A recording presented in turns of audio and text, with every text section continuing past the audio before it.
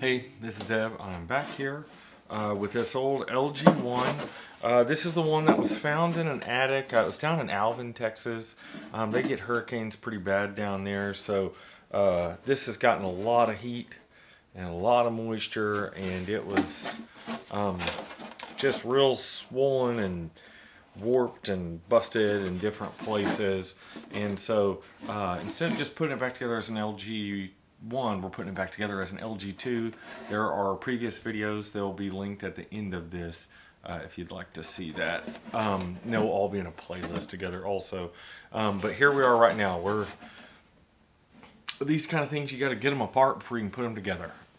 They need to be able to withhold 180 pounds of string tension. So as they are, if you fix one or two things, it's kind of like picking up 180 pounds. You might be able to do it, but if you've got a broken ankle, you're going to have a big problem. Everything below that weight has to be able, in your body has to be able to hold that weight. Well, same goes for a guitar. If one thing is out, like on these, the block, well, everything around it's going to crumble, and then the guitar is going to collapse. That's what happens on these. And all sorts of injuries and poor designs can do that. Here we are with this one. It had to come apart. The further down I got, much like on an old house, you find worse things, and you have to keep tearing it apart so you can build on something good. And I kept not finding good. If you will go back and see the video, you will see that, come to find out, these have laminate sides. It's a 3-ply. A lot of people aren't familiar with this. Go back and watch the previous video. I'll show all three. There's 3 laminate pieces, and what happens is this whole area delaminates. And so the sides are just soft. Imagine your shoulders not having any strength to hold your head up. That's what's happening on these. And that front, it allows that block to be loose in there, which causes these cracks here. It ends up pulling out the block and bringing that headstock forward and collapsing the body in on itself. This was somewhat of a train wreck. Once I got it apart, I saw that the block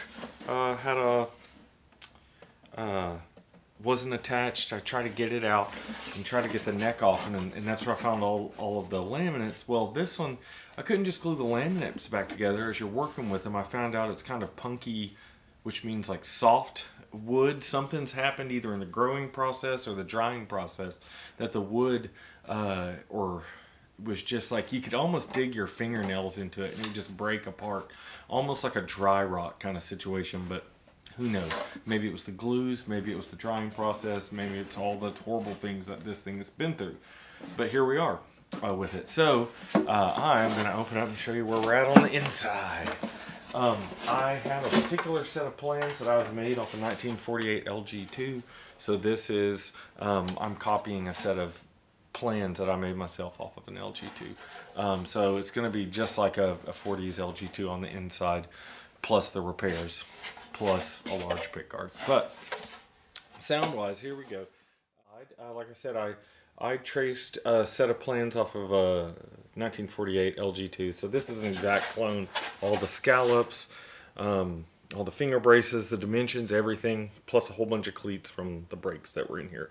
But this should be as close as I can get it to how this should have been made. What the original design was, the LG-1 design was just to save plan, not to sound good. So as you can see, I've got some cleats through here, these 40 style tone bars and little finger braces. I got to go back in and clean all these up. It's still rough. I'm going to put some cloth over here. But on the inside, you may not be able to see, but I had to do, because it was so, like I said, the wood was punky and soft, I didn't feel comfortable about putting another neck in there that's going to snap out or snap along here once it's all back together. So I added a piece of maple veneer to the inside.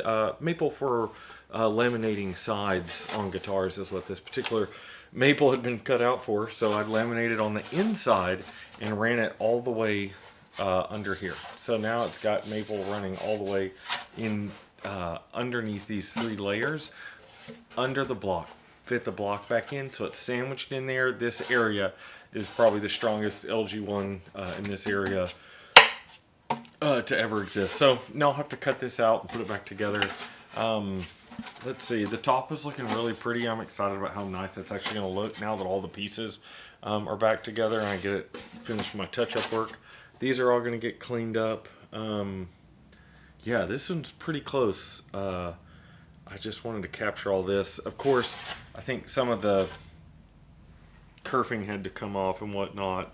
Had a bunch of glue cleanup and nasty business. But yeah, so this is en route to being a guitar again. Let's give it a pretty good sound. Still a little tight, but I think when we do some sanding in there, that will help. And just an inside, I don't know if this is in the other videos or not. Here's the back. I had to actually fill some of the cracks with epoxy because when I went to glue them back, they didn't go back together like this. They went together like this. So they were touching on the outside end. Maybe the wood was too green on these, or the moisture just made them warp in ways that they were not going to go back along there. There were some cracks in here that I'll spare you from, but there was just gaps left in there. So there's no need to force it back if that's where it wants to be. So we filled it in with some dark epoxy. This is all going to get cleaned up some. It's not going to look like a new guitar, but here are those 40 style braces. And then Cleat City there. I had to add a lot of cleats to cover up for all of those cracks and breaks. And I think I'm done. I don't think I have to add any more on there. But it's one piece of wood working, it's the back is working together like one piece of wood again now. Before it would have sounded like a box of junk. So, and to give it that look through the sound hole, one of the things that you can tell real quick on an LG-1 versus an LG2 is they have that center stripe in there. So we're gonna go ahead and put that in there.